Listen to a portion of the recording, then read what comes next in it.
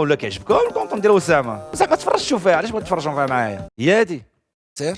بدون سابق انذار امريكا خرجت للعالم ملفات خطيره كانوا سريين من 1947 واليوم اي واحد قاد يشوف، وهادو ماشي ملفات عاديه، هادو ملفات ووثائق على الفضائيين وعلى الدولة. دونك غادي يدير هذاك الشيء ديال يفود هذاك الشيء كاع الايدونتيف اللي اي حاجه اللي بانت ماشي ايدونتيفي زعما ونقولوا واش فضائيين واش ماشي فضائيين واش فول ميليتير واش ليتس جو. هو دوسي صراحه هذا، وصراحه الدوسي هذا تريطا شحال من مره وكيتريطا من بزاف الجوانب. انا شوف كيفاش هو تريطا غامضه. وميريكان خرجت للعالم 120 وثيقه و28 فيديو و14 تصويره، كلهم معلومات سريه خطيره. فيديو واحد كافي باش ينوض روينه في العالم كامل. ولكن بلاتي الفيديوهات غير مفهومه وخطيره بزاف، ولكن المصدر ديالها هو مصدر موثوق. كنهضروا على البنتاغون الامريكي، وزاره الدفاع الامريكيه، هما اللي خرجوا جميع هاد الفيديوهات والتصاور. واش زعما هاد الشيء كامل بصح ولا امريكا تكذب؟ اوكي دراري، دابا بغيت نسولكم واحد القضيه عافاكم، نتناقشوا شي شويه. هاد التبصيل هذا، هاد الشكل ديال هاد الانو زعما ديال ليكسترا تيريستر، هو دخل في المايند ديالنا راسمينو. واش هوليوود هما اللي اخترعوه ودخلوه المايند ديالنا، او لا دازوا شي فيديوهات اللي منهم اثروا على الطفوله ديالنا، اللي من بعد كبرت انايا وليت مخريج دونك ديكو خديت من المايند ديالي ورسم. شكون الاول، البيضه ولا الدجاجه؟ فهمني اش بغيت نقول لك. شكون الاول؟ واش حيت رسوم متحركه اللي هما كبرونا بواحد الطريقه ديال الاكسترا تيريستر اللي انني كبرت بها، وفي الاخر ملي رسمت اكسترا تيريستر هكذا، ولا تانسبيريت من شي حاجه اللي بانت. فهمت بغيت نقول لكم؟ انا فهمتوش.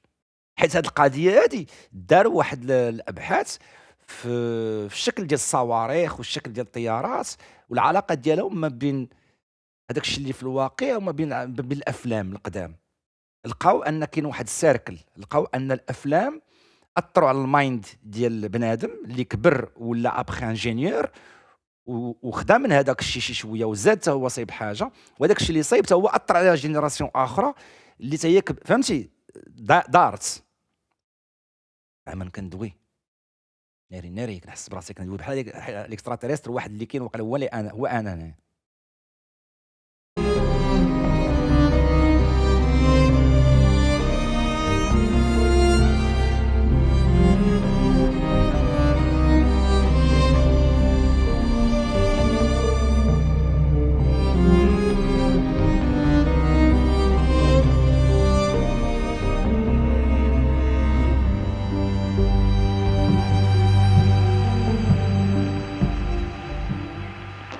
Gemini Control here again. The reference in that conversation to the third unidentified object. Unidentified objects. Flying object normalement, يا يفو. واش ممكن واحد الدري صغير غيقول واحد المعلومه وكل شيء غيعتبروا كذاب وغير تيخربق، ولكن بزاف ديال الدراري الصغار حتى هما غيقولوا نفس المعلومه؟ واش ممكن كلهم كذابه وكلهم اتفقوا على نفس الكذبه؟ هذا الشيء بالضبط اللي وقع مع اكثر من 62 طفل صغير اللي كلهم غادي يتفقوا على حاجه واحده، بانهم شافوا جسم غريب هابط من السماء، ومن موراها غادي يخرج من هذا الجسم مخلوقات غريبه. كذلك هاد المخلوقات اللي تا انايا دابا في المايند ديالي بحال هكا اكسترا تيريستر. بيت دويره يلاه البارح ولا مع سول البارح ترامب لاح واحد الصوره بحال هكا في تويتر ديالو بلا كومونتير. شفتوا ولا ما شفتوهاش؟ عندهم شكل مختلف علينا وقصار في الطول، وجميع الدراري الصغار عطاو اوصاف متطابقه. واش ممكن كاع هاد الدراري الصغار كلهم كذابه وكلهم اتفقوا بيناتهم على نفس الكذبه؟ هذا الشيء اللي غتسمعوه دابا صعيب تيقوه وغادي يجيكم خيالي وبحال خدام كنعاود لكم في الخبير، ولكن المعلومات اللي غنقول لكم دابا جبتهم من مصادر موثوقه ومن جرائد مشهوره، وغادي تلقاو جميع المصادر في الديسكريبشن. 16 9 1994 ماشي في امريكا ولكن في افريقيا وبالضبط في زيمبابوي، في واحد البلده صغيره سميتها روا بعيده عن العاصمه ب 20 كيلومتر تقريبا. في هذه القريه ما عندهم لا تلفازه لا ريزو لا انترنت لا تليفون لا والو، وهذا الشيء اللي منطقي. راه كنهضروا على 1994 وفي الزيمبابوي في افريقيا، يعني الريحه ديال التواصل ما كايناش، منقاطعين على العالم. وهذه المعلومه مهمه بزاف عقلوا عليها. في هذه القريه روا كانت فيها واحد المدرسه، وفي هذا النهار 16 في شهر 9 الدراري الصغار كانوا قارين مع 8 ومع 10 عندهم استراحه. فاش وصلت 10 الدراري الصغار خرجوا في استراحه والمعلمين مشاو يتجمعوا في قاعات اساتذه يضربوا اتاي والفقاص. في هذا الوقت الدراري الصغار كانوا كيلعبوا في الساحه قدام المدرسه، وكانت الاعمار ديالهم ما بين 5 سنوات حتى ل 12 سنه. كانوا خدامين كيلعبوا في امان الله في الساحه ديال المدرسه، وفجاه غتوقع واحد المصيبه. ايوه مصيبه ياك لاباس. فجاه غادي يبان لهم واحد الجسم غريب هابط من السماء وخدام تيقرب ليهم، وفي واحد اللحظه غادي يبقى بينهم وبين هذا الجسم قل من 100 متر، والفضول اللي كاين في الدراري الصغار غادي يخليهم يمشيو يقربوا ليه وماشي يهربوا منه. يلا شوف لك الدراري الصغار ما كيشوروش غادي يمشيو كيجريو تيقربوا ليه، وكلما تيقربوا كيبان لهم تفاصيل اكثر بوضوح. الجسم كان عنده شكل غريب، في الطول تقريبا 7 متر، في العرض 4 متر، الشكل ديالو بيضاوي وفيه اللون الكري وما فيهش بزاف التفاصيل، كان بسيط. هذا الجسم فاش غيقرب الارض غادي يحبس وما فيهش بزاف التفاصيل. 7 متر ولا 4 متر؟ كنت كنحاول ايماجيني 4 نورمالمون ممكن تكون العرض اكثر من الطول، ولكن 7 متر اشكال زيد كان بسيط. هذا الجسم فاش غيقرب الارض غادي يحبس وغيخلي مسافه ما بينه وما بين الارض، وتما غيتحل الباب وغادي يخرج منه مخلوقات غريبه، الشكل ديالها ماشي بحال الانسان، الطول ديالهم. ومن هنا خلق بما يسمى بالكلاوات.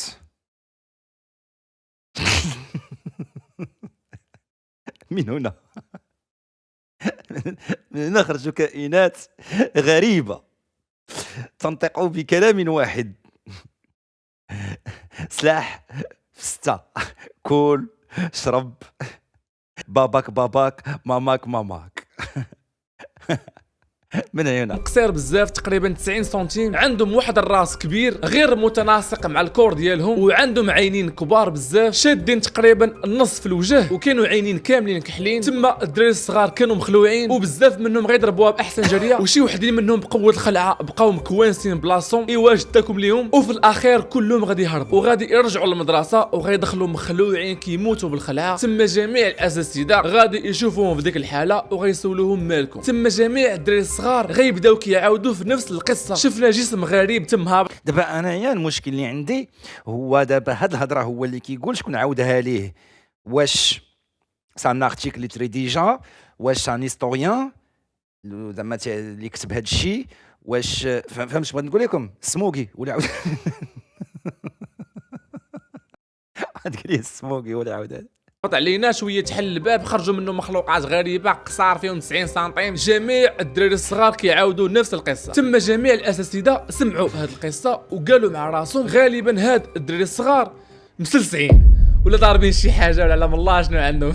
وبطبيعه الحال حتى شي استاذ ما تهيق هذه القصه، وهذا الشيء اللي منطقي. وتما غادي يعيطوا للمدير ديال المدرسه باش حتى هو يسمع القصه ويعرفوا الراي ديالو. جا المدير وقال لهم حشومه نحكموا على الدراري الصغار، على الاقل نسمعوا ليهم وعاد نحكموا. تما غادي يسمع القصه كامله من عند الدراري الصغار وغادي يقول لهم هادو مسلسعين.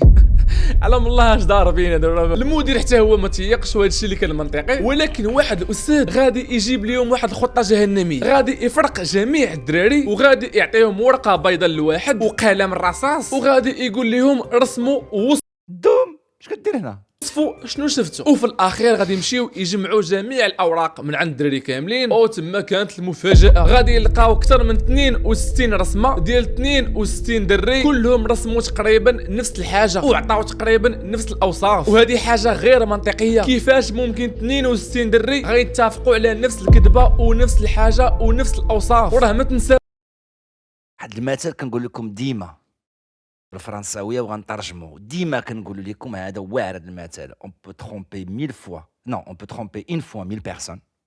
نقدروا نخدعوا مره واحده 1000 واحد، وما نقدروش نخدعوا 1000 مره واحد.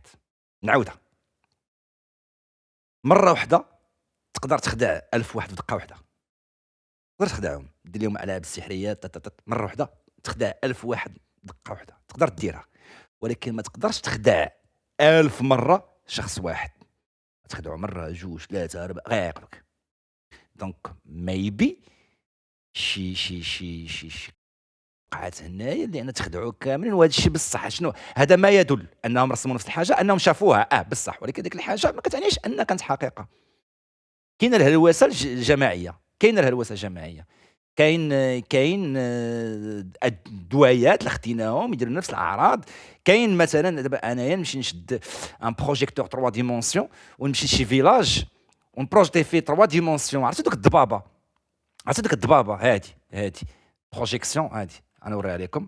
هادو دي سبيكتاكل كيداروا، هادو الدراري دي سبيكتاكل كيطلقوا الضبابه بحال هكذا ياك، وكيضربوا بهم بروجيكسيون 3 ديمونسيون وكيبان لك طياره تيزا. سير شي فيلاج فهمت بحال هكا بحال لي هولوغرام وديرها، المهم هولوغرام بالضبابه، سير ديرها غادي تيقك بنادم. غيبدا يصف لك بنادم اللعيبات. ابخا ملي غادي تجي غتشوف راه غادي تلقى عندها بحال هكا، غتلقى عندها لوجيك.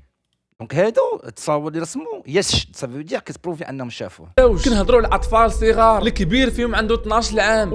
دابا هذاك هو المشكل، يا 1947 يا متفق معكم 1947. ولكن الدراري ما تنساوش ان راه ما بين الدومين ميليتير وما بين الدومين بيبليك راه كاينه 50 عام ديال الديفيرونس. كاين شي حوايج دابا اللي عند الدومين ميليتير ما غنعرفوهم حتى لنا 50 عام. هذه ديروها في بالكم، لا روشيرش في الدومين ميليتير ماشي لا روشيرش في الدومين بيبليك. وفي الدومين بيبليك كيبقى داكشي بريفي حتى كدوز 20 عام ديال البروفي، ديال البيريود ديال البروفي اللي كتبقى تجدد كل 5 سنين. ديروا في بالكم الدراري ان راه كاين شي حوايج اللي كانوا في الخمسينات وفي الستينات راه ما عرفناهم حتى 2000 والصرف. هذه ديما ديرها في بالك وديرها احتياط في بالك. والصغير عنده 6 سنوات، كيفاش ممكن يتفقوا كاملين على كذبه وحده وفي مده قصيره في استراحه؟ وعاد من الفوق الوصف اللي عطاوه والرسمه اللي رسموها كانت مطابقه للشكل اللي كنعرفوه حاليا على الفضائيين. راس كبير، عينين كبار، صغير في الطول، ما كانش فيه شعر، كانت عنده جلده ملسه بحال التمساح وكان قري. وعاد من الفوق غادي نعاود نفكركم بانه حاليا حنا في 1994 في الزيمبابوي، يعني ما عندهم لا تليفون لا تلفازه لا راديو لا شحال قال بليس تاع وكان قري. وعاد من الفوق غادي نعاود نفكركم بانه حاليا حنا في 1994 في الزيمبابوي. 1994 هو 1994 الدراري كوب دي موند. باجيو دار الوقفه ديال البرقعه هادي، باقي نقلها بحال البارح.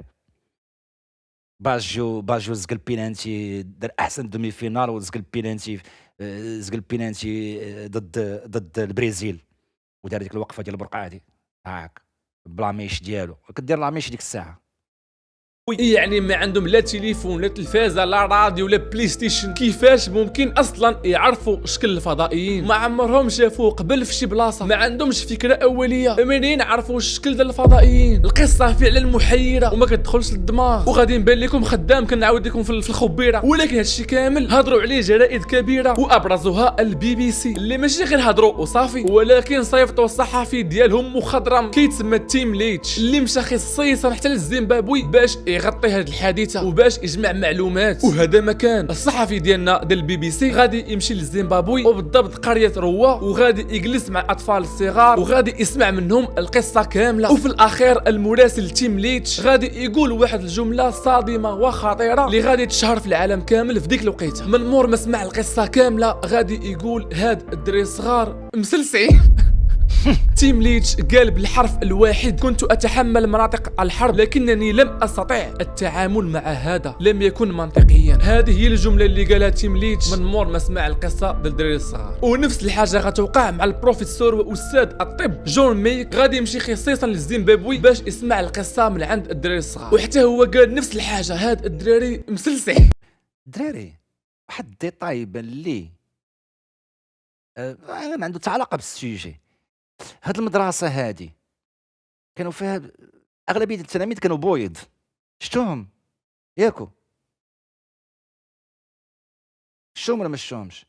سيفو دير هادوك التلاميذ كاملين غيكونوا ولاد دوك المستعمرين، ولاد هذوك لي زانجينيور اللي خدامين في هذوك فهمتش بغيت نقول لكم ولا فهمتوش؟ ياك ولا لا؟ ذات الصوايع عطاوهم وقت وبركوا معاهم اما كانوا افارقه ما يعطيهمش وقت، ما كاينش حتى برنامج ما يدخلوش حتى التاريخ، ما يتكتبوش كاع. المهم هذا ديطاي يبان ليا. عرفت هاد الكلمه مؤخرا لصقات فيا والله، انا فيا الديف وكتلصق فيا بعض الكلمات ما كيبقاش يحيدوا ليا من دماغي، فهمتي؟ مسلسع هذه كلمه واعره، هذه الكلمه كتعني واحد الانسان اللي كي الوسين، يعني كيهلوس، فهمتي؟ هارب ليه، فهمتي؟ مسلسع واعره لا واعره. البروفيسور جون ميك قال بالحرف الواحد الاطفال باعمار مختلفه وخلفيات مختلفه يصفون نفس الجسم، نفس الكائنات، نفس التجربه بدون اي تنسيق بينهم. وهذه القصه كون ما كانتش موثقه ما كانتش غتكون صادمه بالنسبه ليا وما كنتش غنتيقها اصلا، حيت كما كتعرفوا عليا ما كنتيق حتى شي حاجه الا الا كانت عندها مصدر موثوق. فعليها بغيت نعرف الراي ديالكم، شنو بان لكم في هذه القصه، وشنو وقع بالضبط هذاك النهار، وشنو شافوا الدراري اسمح لي، زيمبابوي كانت محتله من جرمانيا، والله ما عرفت شكون اللي كان مستعمرها، والله ما عرفت شكون اللي كان مستعمرها. انا كنشوف على اللغه الثانيه واللغه الثالثه باش كنعرف الدول اللي كانوا مستعمرين شكون، ما كانش والله ما عرفت شكون اللي كان مستعمرها. ميبي الا كانت جو سي با، ما عرفتش التاريخ الاستعماري ديالهم. صغار. القصه غير منطقيه. واحد القضيه غتكون غالبا لاحظتوها، علاش فين ما كنسمعوا قصه ديال الفضائيين كتكون وقعات في الميريكان. سبحان الله، فين ما شي فضائي كيبغي يهبط للكره الارضيه كتبان ليه غير الميريكان، حنا ما كنبانوش ليه حنا كاع. كتسمع هبطوا وداو معاهم واحد شحطوه، شكون هو؟ ميريكاني. فين؟ ميريكان. سبحان الله، ماشي 100% ولكن 90% ديال القصص الفضائيين تيكونوا وقعوا في ميريكان ولا عندهم علاقه بامريكا. السؤال هو شحال داروا ديال الافلام على هاد الاريا هادي، شحال داروا ديال الافلام، بزاف الافلام، وديما كتلقى الكرياج هذا وما عندكش حق تدوز ليه. اوف كورس بنادم كيدوز ليه ريستريكتد اريا وبنادم كيمشي بزاف روين. لماذا؟ علاش الفضائيين ما كيهبطوش في شي قنت اخر من غير امريكا؟ علاش بالضبط امريكا؟ اللي خاصكم تعرفوا بان هذا السؤال هذا هو سؤال مهم جدا وبزاف ديال الناس كيطرحوه، وحتى من امريكان خرجات وجاوبات عليه وعطاتهم واحد الجواب تسليكي، فهمتي؟ سلكوا عدي وصافي. قلت لهم بكل بساطه انا كامريكا عندي اكبر شبكه ديال رادارات وكاميرات ومستشعرات اللي مغطيه امريكا كامله، كل شبر في امريكا فهو تحت المراقبه الامريكيه، عليها حتى شي حاجه ما كتزهق، فار صغير ولا دبانه ولا شنو. نايك ما تنساوش عاوتاني الدراري، كاين واحد الظاهره كاينه في امريكان، وما كاين واحد دي بتي جروب اللي كيرفسوا بهذا الشيء. سافو دير كوا؟ سافو دير كتلقى واحد 25 كونتنت ديالهم اجي من الستينات السبعينات، عندهم طوموبيل، عندهم ممولين ديالهم، عندهم سبونسور ديالهم، كيدوروا كيقلبوا على هاد الظاهرات. سام تايمز ميبي كيلقاو شي حاجه بصح، سام تايمز ما كيلقاوش شي حاجه بصح كيرفسوا بها. اجي اخو هذاك الشيء اللي داير دابا في تيك توك واللعيبات اللي بقيت كتعرف من الاي اي. تخيل هذا الشيء ما كانش الاي اي، كاين اللي متخصصين بالعواصف اللي كيبقاو يتشيسيو العواصف، كيتشيسي العواصف، هو عاصفه غاده الناس هاربين هوك هو غادي هوك. هذوك حمقان، هذوك عالم بوحدهم. هذاك كيبان لي اعصار والمدينه غادي خارجين وهما غادي تابع الاعصار وكيمشي يدخل الوسط من الاعصار. كاين عاوتاني اللي كيبقاو يقلبوا على هاد الظاهرات هادو وياخذوا ريسك كبير باش يدخلوا لهذاك لي زون اريا اللي مسدودين والعيبات. ابري كيفاش داك الشيء واش كيبينوا ولا ما كيبينوش الله اعلم، فهمت؟ مي رفاسه، هذوك رفاسه. عاوتاني هذوك الاخرين هضرنا عليهم الفيديو اللي فاتت، هضرنا عليهم هذوك اللي كانوا كيهضروا على الارض مسطحه، هذوك رفاسه بوحدهم اللي هذاك الملياردير جابهم كاملين وطيح عليهم الشانيرات كامله في دقه واحده. هاد الظاهره كاينه في امريكان بزاف. ولا يعسوب اي حاجه كما كانت كتدخل الميريكان كيرصدوها وكيعرفوا المكان ديالها بالضبط. عليها تيقولوا اي جسم غريب دخل للاجواء الامريكيه غيتم الرصد ديالو، ما فيهاش باك صاحبي. ولكن في المقابل الى نفس الجسم دخل للاجواء ديال الزيمبابوي صعب جدا يرصدوه، راه زيمبابوي. وهذه حجه غير منطقيه، ومع الفيديو غتفهموا علاش. اللي خاصكم تعرفوا بان امريكا كذابه او كدابه تصير تقول هادشي ماشي انا اللي قلته، هادشي قالوه الملفات اللي مؤخرا امريكا خرجتها للعالم. هادو ما كانوش ملفات عاديين، هادو كانوا ملفات خطيرين، بزاف تصاور، بزاف الفيديوهات، بزاف التقارير، وفي هاد التقارير كاينين اعترافات بان بزاف الفيديوهات والتصاور اللي تلاحوا شحال هادي وكانوا تبناو على حقائق هما في الواقع تزوير مزيف وفيه نصب واحتيال وتملص وباك صاحبي و20 درهم كمشه. وهادشي اللي كان صادم جدا. اشهر القصص ديال الفضائيين وقعوا في امريكا في شهر 3 في 1967. واحد القاعده جويه امريكيه كتسمى المارمسترونغ كانوا حاطين فيها بزاف الصواريخ النوويه، وكان واحد الضابط هو اللي مسؤول عليها كيتسمى روبرت ساليس. هذا الضابط خرج بواحد التقرير خطير جدا، قال لهم شاف اجسام غريبه طائره وما عرفش المصدر ديالها، ولكن لغد لي الصباح غيلقى جميع الصواريخ النوويه خاسره وما خداماش. يعني بغى يقول لهم بان الاجسام هي اللي عندها علاقه بالصواريخ خسروا. سبحان الله، هي خسراتهم. قصه اخرى غير مفهومه واللي هي قصه روزويل. الناس اللي متبعين هذه القناه غالبا عاقلين على هذه القصه. بزاف المعلومات اللي كيدوزوا بحال شي خبير، حكم ملي كتشوف لونجو تاع صواريخ نوويات تاجي وخسر صواريخ نووية. فهمتي؟ دابا شوف، دابا واحد الدقيقة انا دازت صواريخ نووية خسروا، جا الضابط سولوه قال لهم جاو هادوك خسروهم. شي بحال كتعاود راك تلعب البي وداز حميدة وشي ربح حجرة، بحال كتعاود شي حاجة بسيطة. حكوا راه صواريخ نووية. ما نعرفش كيفاش تحكم على هذه المعلومة، ما نعرفش. في 1947 واحد الفلاح كيتسمى ويليام برازيل فاق في الصبيحي، مشى للارض ديالو كيلقى فيها جسم غريب غير معروف. تما غيبيبي على الشرطه، غيتموا جايين كيجريو معاه، غيوصلوا غيجمعوا كلشي بواحد السرعه خياليه. جمع خشي في الجيب، هرب. كان هنا من موراه بساعات معدوده غادي يخرج تقرير رسمي بان هذه كانت مركبه فضائيه. وركزوا معايا مزيان، هذا تقرير رسمي ماشي هضره ديال صحاب طاكسيات، يعني هذا اعتراف امريكي من جهه امريكيه رسميه بانهم لقاو مركبه فضائيه. ولكن المفاجاه من موراه بساعات معدودات غيعاودوا يخرجوا عاوتاني تقارير امريكيه وغادي ينفيو الخبر. وغادي يقول لك اسيدي الشخص اللي خرج هذا التقرير كان واحد الشخص غالبا مسلسع وما كانش عارف مزيان، هذاك في الواقع قمر صناعي صافي السلام عليكم، ما كانش مركبه فضائيه والموضوع تسد. سبحان الله. ولكن من موراها بسنوات طويله غيعاود يتحل الموضوع عاوتاني وغادي يعاودوا يخرجوا بسنوات طويله غيعاود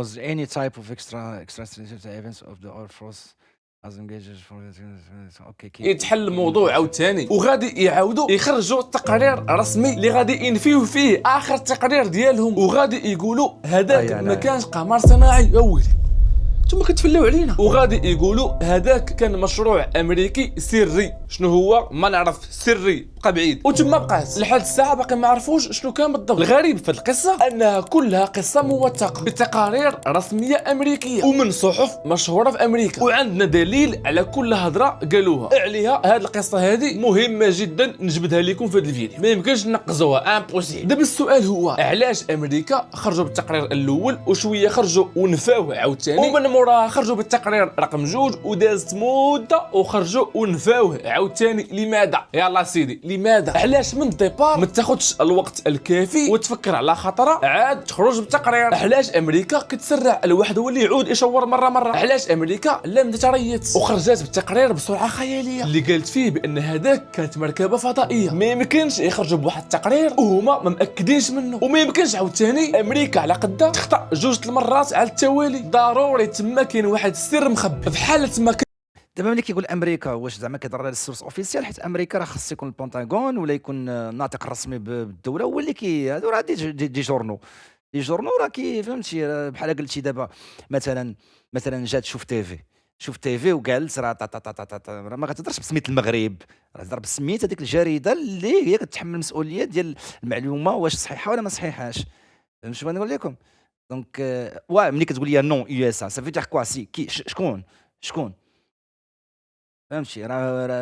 واش شي حاجة اوفيسيال، واش معلومة اوفيسيال. انتو فكرتوا بحالي وبانت لكم هاد القصه غير منطقيه وقلتوا تما كاين باك صاحبي والتملص، فراه عندكم الحق، حيت في هاد التسريبات الاخيره خرجوا معلومات خطيره كيأكدوا الافكار ديالنا بجوجنا بان هاد القصه غير منطقيه وفيها شي حاجه ما هياش، وهذا الشيء FBI. اللي غادي نعرفوه دابا.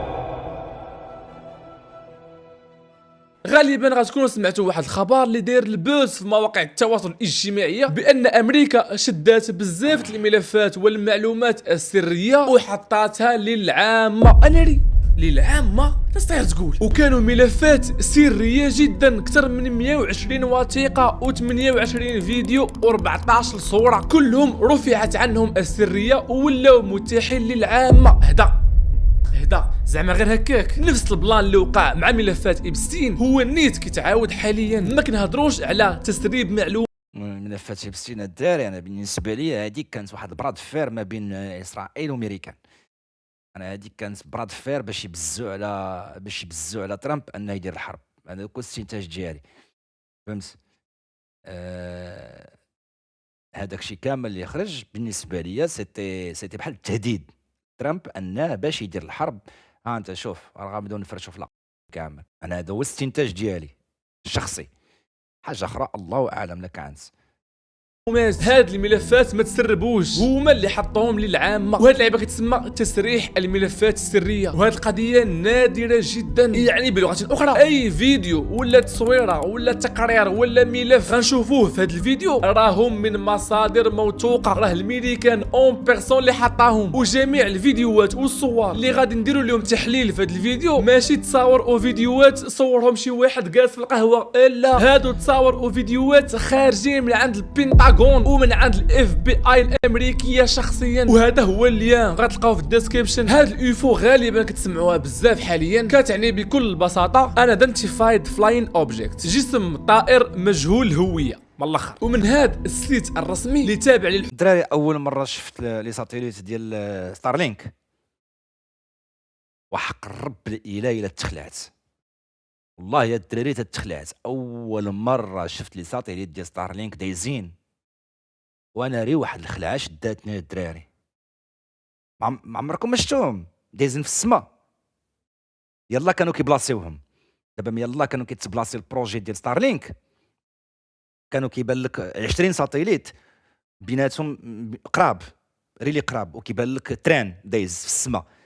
نارا الدراري اول مره هزيت راسي للسماء وشفتهم. راه شوف في هذيك اللحظه الدراري راه كتقول اشنو واقع، وات ذا فاك، حيت ماشي في التلفازه. خلي دابا داكشي اللي كتشوف في ليكرون، شتي ملي كتشوف في ليكرون راه بوحدها، اما ملي كتهز راسك للسما وكيبان لك التران دايز من فوق منك، واحد مورا واحد دايزين بواحد السرعه في الشكل. والله يا الدراري كتخاف. انا نوري لكم، ها هي نوري لكم هكذا الدراري.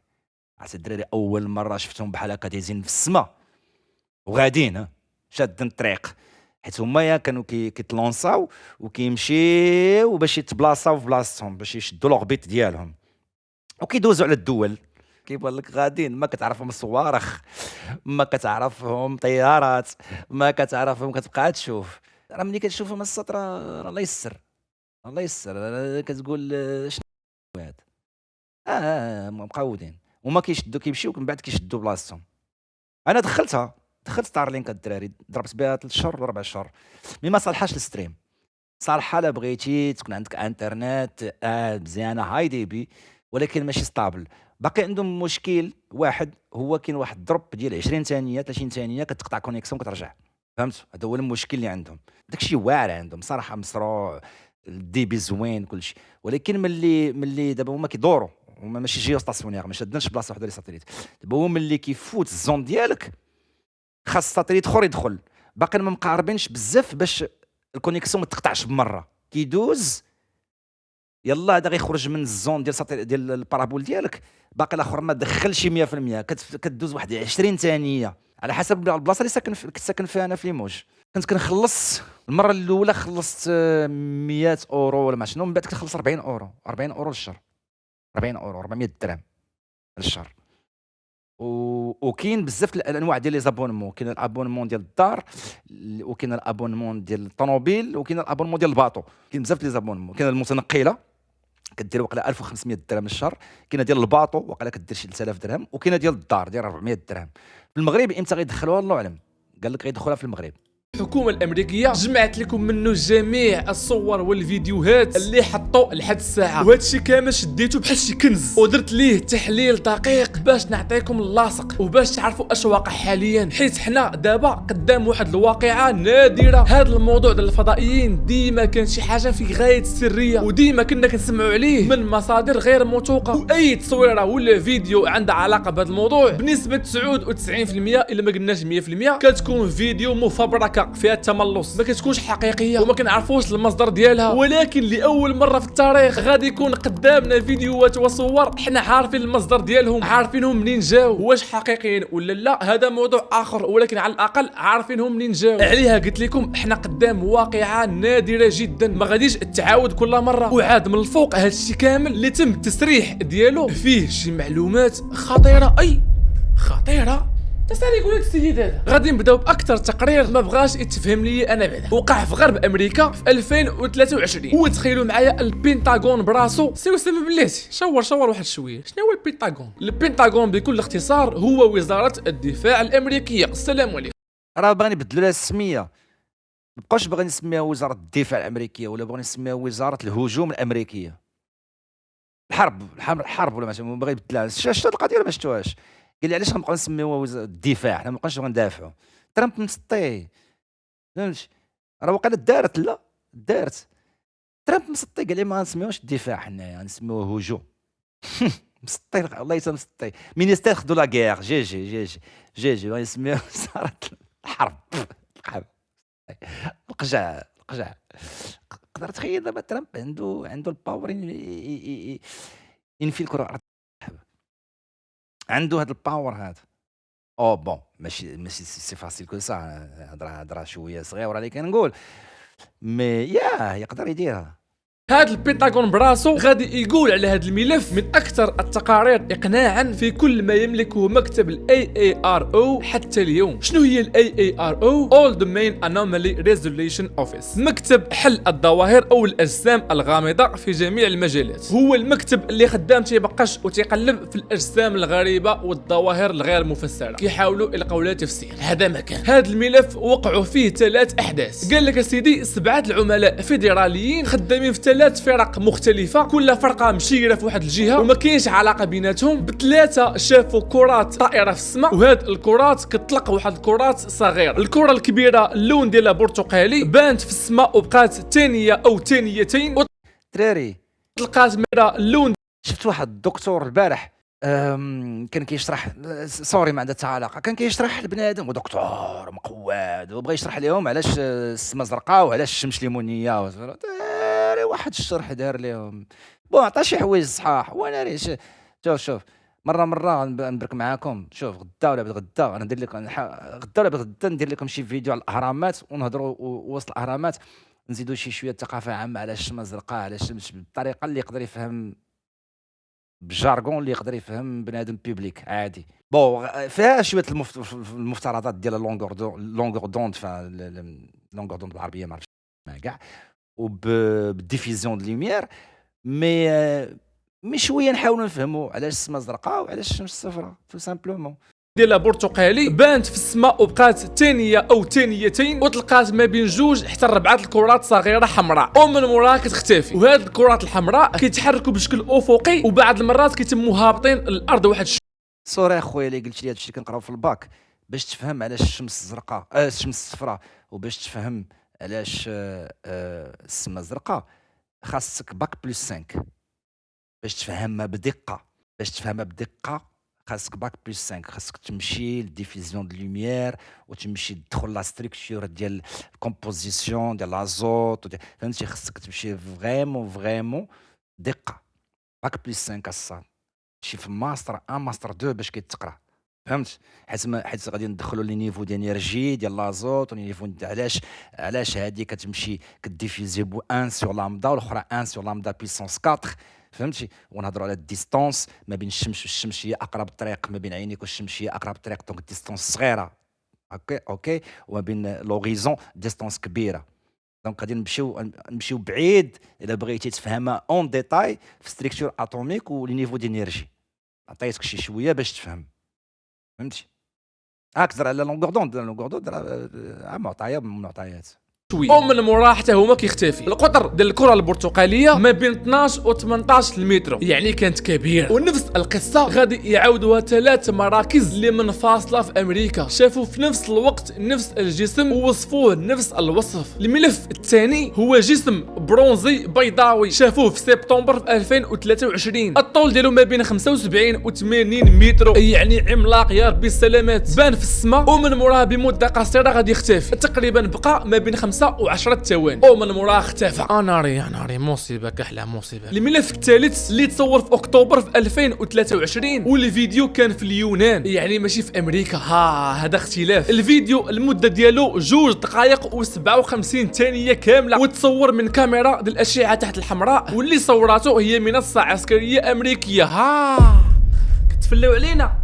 يا قلنا فيديو مصور في اليونان، حتى قلنا فيديو جابها الله مصوره في اليونان، كتطلع مصوره من قاعده عسكريه امريكيه كاينه في اليونان. وناري تاع الميريكان خطاره المعلم. هذا الفيديو تصور في اليونان، كيبين جسم كيطير في السماء ودار واحد الانعطاف بزاويه 90 درجه وبسرعه 130 كيلومتر في الساعه. يا لطيف يا لطيف. المعلومه الصادمه هنايا واللي هو لحد الساعه ما عندناش شي مركبه شي صاروخ شي طياره اللي ممكن دير انعطاف وتدور بزاويه 90 درجه وهي غاده ب 130 كيلومتر في الساعه. يا لطيف يا لطيف. ونزيدكم معلومه صادمه وسلام بارك علينا. بركة السي أسامة شور. لا الفيزياء لا الرياضيات كيسمحوا بهذه الحركة لحد الساعة. بالمعلومات المتاحة عندنا الفيزياء لا تسمح هذه الحركة غير منطقية فيزيائيا رياضيا. ما يمكنش جسم غادي ب 130 كيلومتر في الساعة وغيدور في واحد الدورة 90 درجة. طن أو هو الفضائيين والشيفور الفضائي اللي كان سايق المركبة اعود شور مرة شات السرعه هادي. الملف الرابع هو فيديو غيتصور في 2024 في اليابان وغادي يتصور من كاميرا ديال الاشعه تحت الحمراء فوق المحيط الهندي الهادئ. كنشوفوا جسم عنده شكل بيضاوي وما عنده لا اجنحه لا محركات لا شراجم لا تفسير له. وهذا الفيديو حتى هو غادي يتصور في اليابان، ولكن اللي غادي يصوروا هي قاعده امريكيه كاينه في اليابان. هدا سي محمد هدا. واش ما كاينش شي فيديو اللي عند امريكا ولكن جابته من عند واحد الدوله اخرى؟ يعني واحد الدوله بيبات على الامريكان وقالت لها الو السلام عليكم عندي فيديو مثير هاكي شوفيه. وبحكم دابا الدراري عافاكم شويه غادي نفروحكم. دابا الجنون كاينين، الشياطين كاينين، واخا ما كنشوفوهمش حنا كنامنوا بهم ياكو متفقين. نورمالمون ما نقدروش نشوفوهم، نورمالمون ما نقدروش، عندنا غشاء علينا ما نقدروش نشوفوهم، ولكن ما عمر شي حاجه ما تقالت اننا ما نقدروش نشوفوا لي كونسيكونس ديالهم. فهمت؟ ما نقدرش نشوف زعما علاش ما نقدر نشوف لي كونسيكونس ديالهم. بحال دابا الالكترون ما عمرنا ما شفناه، ولكن كنشوفوا لي كونسيكونس ديال كنلاحظوا بلوبزيرفاسيون لي كونسيكونس ديال الوجود ديال الالكترون. دونك ميبي sometimes كنكابتيو ميبي sometimes كنكابتيو لي كونسيكونس ديال شي حاجه اللي ما خصناش نشوفو. ميبي حنا ما نقدروش نشوفوا واحد لي زينيرجي اللي هما في فريكونس اخر علينا. كيفاش انت بغيتي تاوبسيرفي واحد الحاجه اللي في فريكونس اخر على حياتك؟ ما يمكنش. ميبي الكونسيكونس ديالها كتوشي ولا كتفيبري في نفس الفريكونس ديال حياتنا، هذيك الساعه نقدروا نكابتيوها. علاقات ما بين الدول، امريكا غتثيق في هذيك الدوله وغتاخذ الفيديو كمصدر رسمي. علاش امريكا جامعه جميع الفيديوهات غير اللي هي غتبقى تميبي عليا غنميبي ما كنت مصوراهم؟ واش كاين شي قانون امريكي كيمنع هاد النوع ديال الملفات والصور باش تكون من شي دوله اخرى؟ وهذا ماشي تفسير ديالي ولكن هو التفسير اللي قلبت عليه، حيت ضرني راسي وقلبت على المعلومه ولقيت بان البنتاغون الامريكي كيعتمد غير على الملفات والصور والفيديوهات اللي جايه من مصدر امريكي. عليها غنلقاو كاع الفيديوهات اللي تصوروا في بلدان اخرى، في اليونان في اليابان، تصوروا من قواعد عسكريه امريكيه. وهذا هو التفسير. واش دخل لكم لراسكم ولا لا؟ هذا موضوع نكملوا القضيه شويه حاميه مشنشطه. الملف الخامس تصور في 1972 وما تصورش في الكره الارضيه ولكن تصور في القمر في مهمه ابولو 17. عندنا غير تصويره كتبين 3 نقاط على شكل مثلث بانوا فوق القمر. الحث تاع البنتاغون ما عندهمش تفسير واضح، واش كانوا غير نجوم وصافي ولا كان جسم غادي. الملف السادس اللي عنده علاقه بقصه روزويل 1947، القصه اللي عاودت لكم في هذا الفيديو ديال روزويل اللي وقعت في امريكا. في هذه الملفات غيخرجوا معلومات جديده ومعلومات خطيره غتخلينا نزيدوا نفهموا شنو وقع بالضبط. فيه برقيه رسميه من مكتب الاف بي اي من واحد الضابط كيتسمى ادغار هوفر تيقول بانه تم استرجاع قرص طائر من روزويل في نيو مكسيكو. هدا عليا هدا. هنا كنلقاو تقرير رسمي من عند اول ضابط غادي يوصل لعين المكان وغادي يهز داك الجسم، ومن مورا غيصيفط التقرير الاف بي اي غادي يقول فيه لقينا قرص طائر، ما قالش لقينا قمر صناعي ولا منطاد جوي كما ادعى. دابا دخلنا عليكم بالله، واش كتسناوهم يلقاو شي حاجه ويديروا ويطلقوا بالك ترامب بالك فالك يديروا اوفال بحال هكذا بالعربيه سلام بخير لاباس سكان كوكب الارض لقينا دي زيكسترا تيريست هاهم، واش كتسناوهم يديروا هذا الشيء؟ لا ميبي لا وقعات، واش كتسناوهم يديروا هذا الشيء؟ بالرجوله. واش بغيتوا البانيك مونديال توقع؟ واش بغيتي بنادم؟ حتى حنا ما تخارينا حتى مع بعضياتنا، حتى حنا ما تخارينا حتى مع ايران، مع امريكان، مع اسرائيل، مع هادي عادي ندخلوا عاوتاني قواوي اخرين جايين من كوكب اخر باش نتفاهموا. ما يمكنش اصاحبي، ما يمكنش. راه يضربوا يطمروا يبقى مدورنا بيناتهم يتفاهموا معاهم بركوا معاهم في الطابله جيني ادمين جريه. شوف اش بغيتوا من الكره الارضيه؟ بغيتوا قلوبه؟ بغيتوا ريات؟ بغيتوا دم؟ نعطيكم اللي بغيتوا صافي. خلينا حاكمين في هذا السيرفر، فهمت؟ نتوما جايين من سيرفر اخر، خلينا حاكمين في هذا السيرفر بيناتنا. مره نحقروا على ايران، مره فهمت شي اسرائيل دار لنا شويه دراما في الكره الارضيه، خلينا ملاهيين مع اسرائيل. فهمتي اسرائيل ديما طالعين دي زادمين في ميريكان. ضربني الشكي وسبقني نبكي، ديما مروني صافي. خليونا اش بغيتوا تدخلوا في افريقيا؟ خليوكم افريقيا صافي. خذوا افريقيا ساليهم من افريقيا. نعطيكم بغيتوا الانتاركتيكا، خذوا الانتاركتيكا، خذوها وخلينا نحكموا واحد 20 عام 4. شنو هي بالنسبه لكم نتوما كتعيشوا 1200 عام؟ خلينا بحال والو هادشي اللي طاري ميبي.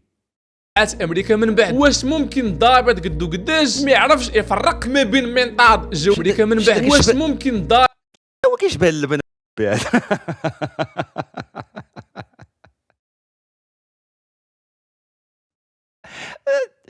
اش درتي عاوتاني؟ اش درتي؟ ضابط قدو قداش ما يعرفش يفرق ما بين منطاد جوي ولا قمر صناعي ولا قرص فضائي. واش هو مسلسع؟ تبارك الله ضابط واش ما قادش يعرف ما قادش يفرق. وهذا الشيء اللي كيزيد الشكوك في هذه القصه بالضبط. وهذا الشيء كامل اللي قلت لكم راه حاولت نجمع لكم غير ابرز واهم التصاور والفيديوهات والملفات، وعاد المصدر ديال هذه الصور كامله والفيديوهات راه مصدر رسمي من عند البنتاغون الامريكي. يعني في هذه الحاله كاين جوج الاحتمالات، ما كاينش ثالث وما كاينش باك صاحبي. اما هذه الصور والفيديوهات حقيقيه وبصح ما عايشينش بوحدنا وكاينين معنا فضائيين ومركبات فضائيه، ولا الاحتمال الثاني بكل اختصار امريكا تكذب.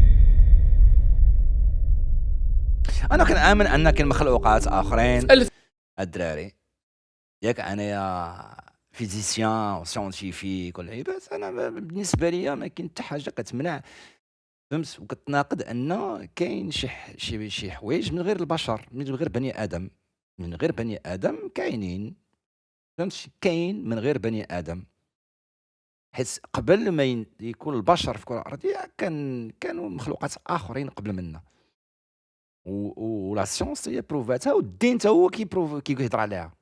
دونك بجوج، دونك ومن غير جيست كالوجيك سيونتيفيك ليفوليسيون ديال الجينيتيك.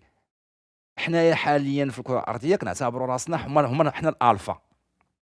حاليا كنعتبروا راسنا حنا الالفا في لاشين اليمونتير الفوق، حيت باقي عندنا ديك التفسير ديال لاشين اليمونتير كلاسيك ديال السباع كياكل هذيك كتاكل هذه، هذيك كتاكل هذه، هذيك كتاكل هذه. نو لاشين اليمونتير راه ما كدارش بحال هكذا، راه كدار بالذكاء، والذكاء كيتعبر على حسب النطاق. إلا بغيتي تعبر الذكاء ديالك بالنسبة للقرض خاصك تحط واحد النطاق. إذا كنا كنعبروا الذكاء على شكون اللي كيعرف يتسلق الأشجار، راه القرض راه ذكي عليك نتايا. أولا إلا بغيتي تعتبر الذكاء كشكون اللي كيعوم مزيان، الدوفان كيكون ذكي عليك أنت. فهمت؟ ما فهمتش بغيت نقول لك. بني آدم احتقر شويه الكائنات اللي كاينين في الكره الارضيه، مي انا انا متاكد ان ميبي كاين شي كائنات اخرى اللي خداو من السحليه شي شويه، خداو من الاخطبوط دير يقدر يعوض شي قطعت ليه، خداو من السحليه يقدر يبدل اللون ديالو، يقدر شي اللي تادابطات على الوفات السنين. علاش امبوسيبل؟ سيانتيفيكمون سي بوسيبل، سيانتيفيكمون سي بوسيبل ان يقدروا يكونوا كائنات اخرين من غير بني ادم اللي تادابطاو، ولا بروف انكم ما تادابطاوش كون قتلوهم ولا شي حاجه. دونك ميبي 2013 في شهر 6 ومن مور اكثر من 58 عام ديال السريه التامه، امريكا غادي تقرر ترفع السريه على المنطقه رقم 51. هاد المنطقه هي عباره على قاعده عسكريه سريه امريكيه واللي كاينه بالضبط في صحراء نيفادا وبعيده ب 134 كيلومتر على لاس فيغاس. شنو هي علاقه هاد المنطقه 51 مع الفضائيين؟ كما قلت لكم هذه قاعده عسكريه سريه امريكيه، وفي الحرب البارده ما بين الامريكان والاتحاد السوفيتي كانوا الامريكان خدامين كيطوروا في اسلحه جويه ونوويه سريه، وكانوا كيطوروا فيها في هذه المنطقه. على سبيل المثال كانوا خدامين كيطوروا في واحد الطائرات كتسمى CIA، وهذه الطياره خاصه بالتجسس والتبرقيق على الاتحاد السوفيتي. وفي هذه المنطقه النيت غادي يطوروا الطائره الشبح البي 2. الافكار الاوليه ديالها غادي يبداوها في هذه المنطقه في هذه القاعده العسكريه، وحتى من الاف 117 والا 12 والاو 2 هادو كاملين طائرات حربيه متطوره جدا عند الامريكان تقادوا في هذه المنطقه. عليها منطقي جدا ان الامريكان تكون متكتمه على هذه المنطقه وتمنع اي واحد يقرب ليها. ولكن شنو علاقه هذه المنطقه مع الفضائيين؟ القصه خطيره جدا. بزاف الناس غادي يديروا بلاغات بانهم شافوا اجسام طائره في هذه المنطقه، وما كانوش اجسام من صناعه بشريه حيت كانوا كيطيروا على ارتفاع عالي جدا. وبالخصوص الطياره المدنيه اللي كيسافروا فيها الناس، بيلوت ديالها هو اللي كان كيشوف هذه الاجسام وكان كيشوف. انايا الحاجه اللي بغيت نفهم هنا بزاف الرسومات ديال الاختراعات ديال الفانشيم سيكل ديال القرن 20، بزاف الرسومات كاين في الثقافات اللي نهاروا شحال هادي باقي ما كيتقبلهاش عقلي. بزاف الرسومات والاختراعات اللي عندنا دابا في القرن 20 اللي مرسومين في الاهرامات، مرسومين في الثقافات، في شي بلايص ديال المايا. هادي ما كيتقبلهاش فهمتي، ما كيتقبلهاش عقلي. ذاتس واي انا كنباهر بالاهرامات، لاني منبهر بهم. ولحد الان بالنسبه لي التكنولوجيا اللي كانت تما باقا ما مفهوماش لينا. ميبي كنشوفوهم من واحد لونغ اللي ما خصناش نشوفو، حاقرينهم. ما كاين شي حوايج اللي ما كيتفسروش. كطير في ارتفاع عالي جدا، وهو كان بيلوت عرف هذا الارتفاع مستحيل، فعليها قالوا مباشره هادو مركبات فضائيه. والامريكان قالت لهم عندكم الحق، هادو مركبات بصح فضائيه. ولكن المفاجاه اللي غادي تبان من مور سنوات بان هاد الاجسام كاملين كانوا طيارات عسكريه حربيه، وبالضبط الا 12 والاو 2. يعني ما كاين لا فضائيين لا والو في هذه المنطقه 51 اللي كاين بكل اختصار هي منطقه عسكريه سريه امريكيه. والامريكان ما بغاوش الاسرار ديالهم يخرجوا للعامه. فنزويلا تستعمل شي سلاح اللي لحد الان باغاش يكومونيكيو عليه. دونك نضرب لكم بصح، راه قالها ترامب في واحد قال لهم حاولوا يدافعوا اللعيبات الطاق بالله، ولكن داي كانت فهمت. داروا شي تما اللي شي سلاح عرفنا واش كي ديزاكتيفي اي اوتي دو كومونيكاسيون، حيت هذا كاينه. هذا فهمت. كاين دابا دي بومب الكترومغنيتيك. شنو هي بومب الكترومغنيتيك؟ اللي قاري شويه الادابتاسيون و تو سكي سيكوريتي الكترومغنيتيك، سي فو دير هادي ما كتاثرش عليها. هادي علاش كيقول لك دير المود افيون في الطياره ولا عيبات. كاين دي بومب الكترومغنيتيك اللي غادي تلقوها غادي بقات الكترونيك ما تخدم حتى حاجه. الكترونيك كلشي واش داروها واش ما داروهاش الله اعلم. عليها اي واحد شاف طياره كطير في ارتفاع عالي جدا وبسرعه خياليه كطير وتيقول راها مركبه فضائيه، الامريكان كتقول ليه عندك الحق مركبه فضائيه سيدي. هذه بزاف الكذبات تيكذبوها الامريكان باش يحميو معلومات سريه ديالهم ولمصالح شخصيه. عليها احتمال الكذب الامريكي هو احتمال فوق الطاوله ماشي احتمال مستبعد. شنو اللي غادي يخلي امريكا ما تكذبش كاع مره؟ الا بانت ليها المصلحه في الكذب غادي تكذب، وهادو اعترافات من عند امريكا. هي بفمها قالت بان هادوك ما كانوش مركبات فضائيه ولا اليوفو، كانوا طيارات حربيه عسكريه. وهذا الشيء ما كيفسرش الفيديوهات والتصاور اللي حطوا امريكا، هذا الشيء كيفسر غير المنطقه 51. اما باقي الفيديوهات والتصاور راه كيبانوا بكل وضوح بانهم ماشي طيارات حربيه بشريه، راه باينه. الكذبه الثانيه هو كاين واحد النظام في العسكر في امريكا كيتسمى اليانكي بلو، واللي هو بروجي على الصحون الطائره، وكان بروجي في غايه السريه. ومن مرابط 30 عام 2023 غير مؤخرا غادي يخرجوا وغادي يقولوا بان اليانكي بلو ما كانش بروجي عنده علاقه بالفضائيين، كانت غير تجربه نفسيه معقده وكانت اختبار كيديروه لاي ضابط في العسكر باش يعرفوه واش كيسرب المعلومات ولا لا. بكل اختصار كانوا تيقولوا ليه هادو معلومات سريه عندهم علاقه بالفضائيين، وياك شكون قال لينا راه باش يحيدوا هاد الهضره ديالنا علاش كذا، ودابا هما كيقول لك ابيض شويه كيرجع يقول لك كحل. انا اي واحد كيقول لي ابيض ومن بعد يقول لي كحل مابقاش ما كاع تقول لهم لا لمرتك لا لامك لا لجداتك لا حتى شي حد. وهذا الشيء كامل كان غير اختبار باش يعرفوا الولاء ديالو، ما كان لا بروجي لا فضائيين لا حتى شي حاجه. فعليها تنقول لكم ماشي بالضروره نتيقوا اي حاجه سمعناها، واخا المصادر موثوقه واخا الجهات رسميه ودول رسميه، ولكن ماشي معفيه من الكذب. ممكن تكذب. انا شخصيا اي حاجه ماشي علميه وماشي منطقيه ما كنامنش بها. وبالنسبه لي الفضائيين رياضيا حسابيا باحتمال كبير كاينين، بحكم المعرفه ديالنا بالفضاء شحال شاسع وبالكميه الهائله ديال المجرات والكواكب، كنفترضوا بانه من غير المنطقي تكون الحياه غير في كوكب الارض، وبان باحتمال كبير تكون حياه في شي كوكب في شي بلاصه. ولكن واش حاليا مثبتين علميا؟ الجواب هو لا، ما كاينينش. ولكن اللي مهم هاد الساعه انه ما كاينش دليل رسمي، كلهم غير فرضيات وغير افكار وصافي. وفي الاخير كيبقى الراي عندكم وانتم باش كتحسوا وشنو كتوقعوا. هاد الفيديوهات المصدر ديالها حقيقي وماشي فيديوهات انا باش هذا هو التساؤل اللي عندي. انا التساؤل اللي عندي هو ردة الفعل ديال كل واحد فينا ملي غتثبت لك ولا غتشوف شي كائن غير مألوف. شنو هي ردة الفعل ديالك ملي غتشوف شي حيت ما غاديش نسميه فضائي، راه ميبي عايش معنا في الكرة الارضيه من شحال هادي ميبي. مي ردة الفعل هي اللي واش غتكون الضجه، واش غتكون البانيك. عرفتي شنو هي البانيك؟ الصاد البانيك توتال راه اخيب حاجه راه هي البانيك. دابا راه كاين دي زوتي سيونتيفيك اللي نقدروا نبريديكتيو فيهم الزلزال نقدروا نبريديكتيو في بعض البلايص اللي كانت البؤره ديالو اقل من 100 كيلومتر تقريبا 80 كيلومتر على سطح الارض، نقدروا نبريديكتيوها. ولكن على حسب ساتليت، واحد النوع من لي ساتليت اللي كان داز من فوق ديك البلاصه كيطرا واحد ديفيرونس ديال الشون مانيتيك اللي كنسموه الشون الكتريك اللي فوق هذيك البلاصه كيطرا في واحد المده زمنيه قبل ما يطرا الزلزال. علاش؟ تو سامبلومون هذوك الجوج طبقات الصخرات اللي كيكونوا كيتحكوا كيكون فيهم واحد الضغط واحد الانرجي تيلمون فور اللي كيمسوا الشون الكترومغناطيسي اللي كاين في الفوق. دونك تما كلكو ساتليت كيقدروا يديتيكتيو هاد ديفيرونس ديال الشون الكترومغناطيسي. ولكن واش يقدروا يعلنوها؟ واش يقدروا يقولوها؟ حيت ما عندهمش المده الكافيه باش يفرغوا البلايص، ما عندهمش المده الكافيه باش يفرغوا مدينه فيها 15 مليون واحد، راه البانيك اللي غادي تدار هي اللي غادي تقتل بنادم اكثر من الزلزال. هاد البروجي هادشي اللي كنقول لكم حضرت فيه في كونفيرونس 2010 في حمامات في تونس، وعربي اللي كان دار هاد البروجيكسيون كان ايتوديا 10 سنين ديال واحد لي دوني ديال لي ساتيليت.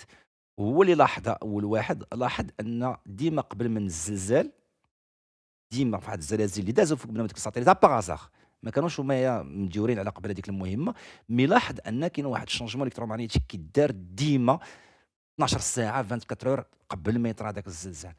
وهو فهمتي بغى يمشي في البروجي ولكن ما تمولش من بعد، ما تمولش، ما فالله اعلم واش تمول ولا ما تمولش. ومن القهاوي ومن اصحاب الطاكسيات المصدر ديالهم هو البنتاغون الامريكي. وزاره الدفاع الامريكيه على قدها هي اللي حطات هاد الفيديوهات. يعني كاين جوج الاحتمالات وما كاينش الثالث وما كاينش باك صاحبي. اما هاد الفيديوهات حقيقيه وهادو اجسام حقيقيه وهادو فضائيين حقيقيين، واما الاحتمال الثاني واللي هو اكثر واقعيه من الاحتمال الاول واللي هو بكل اختصار امريكا تكذب. فيديو اخواني اخواتي مع كامل الاسف وصلنا لافان الفيديو. جيسبر الكونسيبت يكون عجبكم. هذا الفيديو بشكل غريب عذبني في البحث حيت الموضوع باقي جديد. يلاه قال الموضوع ماشي جديد، الموضوع قديم. الفيديو بون انا زي يا اسامه، ولكن الفيديو غنعطيها هاد المره 7 على 10 6 ونص على 10 7 على 10. كنتسنى دي دوني بون هادشي يبين ان كاين معلومات اللي كذبوا فيهم امريكان اتسيتيرا. هذا هو الاستنتاج ديالي اللي كنت عارفه. انا كنت كنتسنى يجبد لي شي حاجه اللي لحد الان باقا ما مثبتاش. كنت كنتسنى يجبد لي شي فينومين اللي يقدر يتوشينا. راه حنا عندنا دي فينومين في بلادنا اللي باقي ما اللي انا نتسائل فيها. دونك فيديو زوينه ولكن كاين محسن. فكان مطلوب مني نمشي نقلب في جميع الوثائق والملفات والتصاور والفيديوهات ونتفرج فيديو بفيديو ونعرف فين تصور القصه الى اخره، غير باش نحط لكم العصاره ديال الموضوع كامل وتكون بين يديكم وتفهموا كل شيء. وفي الاخير الراي كيبقى لكم واش تامنوا ولا لا. وهذا الشيء اللي كاين. جيسبر الكونسيبت يكون عجبكم. الى عجبكم خلي معكم واحد لايك، تابونوا في لاشين. عجبكم